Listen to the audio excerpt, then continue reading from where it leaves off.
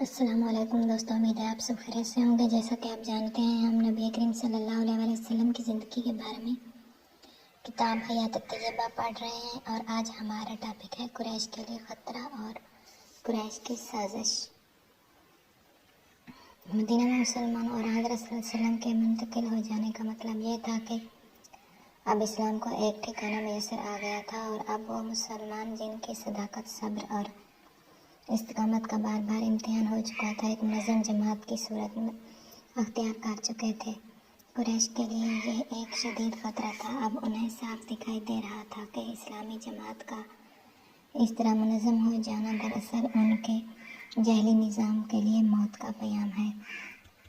اس کے علاوہ ایک سخت خطرہ اور تھا جس نے انہیں انتہائی بے چین کر رکھا تھا۔ مکے والوں کی معاش کا بڑا دار و مدار یمن اور شام کی تجارت پر تھا۔ شام کو تجارت کا جو راستہ بحر احمر کے کنارے کنارے جاتا تھا کہ ملک شام سے قریش کی تجارت کا مال صرف اسی صورت میں جا سکتا تھا کہ مدینہ میں مسلمانوں کی طاقت کو آخری طور پر کچل ڈالا جائے۔ یہی وجہ تھی کہ ہجرت کے پہلے قریش نے پوری کوشش کی کہ کسی طرح مدینے میں مسلمان اکٹھے نہ ہو سکیں، لیکن جب ان کی تدبیر ناکام ہو گئی تو اب انہوں نے یہ طے کیا کہ جس طرح بھی ہو سکے اس ابھرتے ہوئے خطرے کو ہمیشہ کے لیے دبا ہی ڈالنا چاہیے۔ قریش کی سازش۔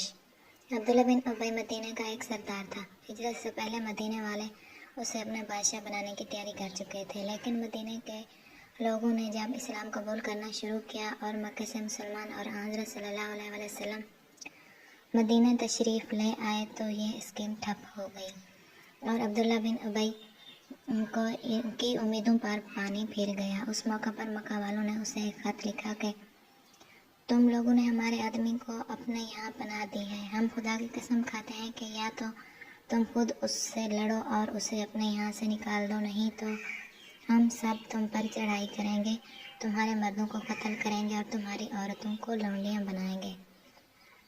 یہ خط عبداللہ بن ابی کی ٹوٹی ہوئی امیدوں کے لیے کچھ سہارا بنا، لیکن حضرت صلی اللہ علیہ وآلہ وسلم نے بر وقت اس کے شر کو روکنے کے لیے اسے سمجھایا کہ کیا تم خود اپنے بیٹوں اور بھائیوں سے لڑو گے؟ چونکہ انصار اکثر مسلمان ہو چکے تھے، اس لیے عبداللہ مجبوراً اپنے برے ارادوں سے باز رہا۔ اسی زمانے میں مدینہ کے رئیس سعد بن معاذ عمرہ کے لیے مکہ گئے۔ حرم کے دروازے پر ابو جہل سے ملاقات ہوگی۔ ابو جہل نے ان سے کہا کہ تم تو ہمارے دین کے مرتدوں یعنی مسلمانوں کو پناہ دو اور ہم تمہیں اطمینان کے ساتھ مکہ میں طواف کرنے دیں۔ اگر تم امیہ بن خلف کے مہمان نہ ہوتے تو یہاں سے زندہ نہیں جا سکتے تھے۔ یہ سن کر سعد نے جواب میں کہا، خدا کی قسم اگر تم نے مجھے اس سے روکا تو میں تمہیں اس چیز سے روک دوں گا جو تمہارے لیے اس سے زیادہ شدید ہے، یعنی مدینہ پر سے تمہارا راستہ۔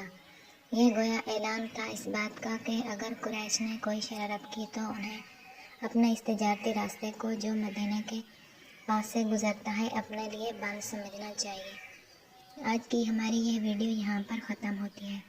اگر ویڈیو پسند آئے تو لائک کر دیں، چینل پر نئے ہیں تو چینل کو سبسکرائب کر دیں تاکہ اسلامی کتابوں کی تمام ویڈیوز آپ تک پہنچتی رہیں۔ ہم اپنی اگلی ویڈیو کے ساتھ پھر آپ کی خدمت میں حاضر ہوں گے۔ تب تک کے لیے اللہ حافظ۔